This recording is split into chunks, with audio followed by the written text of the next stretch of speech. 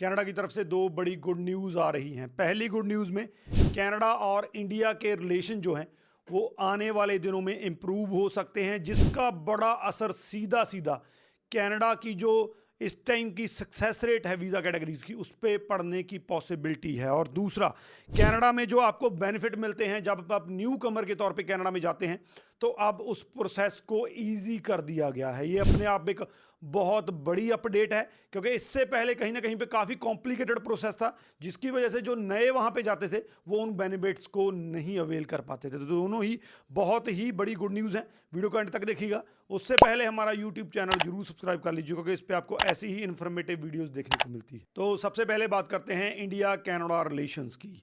Recently India के prime minister Narendra Modi ने जो G7 में वो गए थे जब, तो कनाडा की तरफ से उनका बहुत ही वेलकम किया गया। वहाँ के प्राइम मिनिस्टर जो हैं मार्क कार्नी, उन्होंने भी कहा कि इंडिया हमारे लिए एक बहुत इम्पॉर्टेंट पार्टनर है और आने वाले दिनों में दोनों गवर्नमेंट्स जो है जो अब तक के जो रिलेशन काफ़ी ज़्यादा बिगड़े हुए थे उनको इम्प्रूव करने की पूरी पूरी कोशिश करेंगी। और ये पॉजिटिव मैसेज जो है ये हर जगह पे एक बहुत ही वेलकम मैसेज है।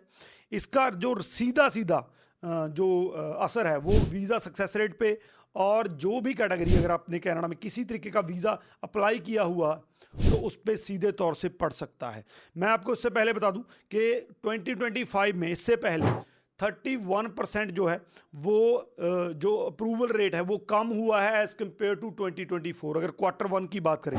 लेकिन आने वाले दिनों में अगर रिलेशन इंप्रूव होते हैं तो दो ऐसे एरिया हैं जिसमें बहुत ही हमें बढ़िया चीज़ें देखने को मिल सकती हैं। पहला जो एडमिशन है, क्योंकि इंडियन स्टूडेंट जो है ये रिलेशन इतने बढ़िया ना होने की वजह से एडमिशन कम लेना शुरू कर दिया था, तो आने वाले टाइम में हो सकता है कि 20 to 30% मोर इंडियन स्टूडेंट जो है वो कनाडा के यूनिवर्सिटी कॉलेज में एडमिशन ले सकते हैं। और दूसरा इससे भी ज़्यादा इंपॉर्टेंट है कि आने वाले दिनों में जो रिफ्यूज़ल रेट है वो कम हो सकता है, जो अप्रूवल रेट है वो ज़्यादा हो सकता है। कॉन्स्टेंटली जो है हमने देखा है कि 24 के बाद 25 में जो अप्रूवल रेट है वो कॉन्स्टेंटली जो है वो कम हुआ है, खास करके इंडियन स्टूडेंट्स का कम हुआ है। तो अगर ये रिलेशन जो है वो बढ़िया होते हैं तो ये अप्रूवल रेट फिर से 23 या 24 की तरह हो सकता है। तो ये दो बड़े फैक्टर जो है इंडिया कनाडा के रिलेशन सुधरने की वजह से बढ़िया हो सकते हैं। दूसरी अपडेट जो है वो कनाडा रेवेन्यू एजेंसी की तरफ से है। कनाडा में जब आप एक न्यू कमर की, चाहे आप टेम्परेरी वीज़ा पे हैं चाहे आप परमानेंट वीज़े पे हैं, तो जब आप न्यू कमर के तौर पे वहाँ पे एंटर करते हैं तो कई ऐसे बेनिफिट हैं, फाइनेंशियल बेनिफिट हैं जो आप ले सकते हैं। इनमें से HST है, कार्बन रिबेट है, कनाडा चाइल्ड बेनिफिट है। ये बेनिफिट आपको इकोनॉमिकली मिलते हैं।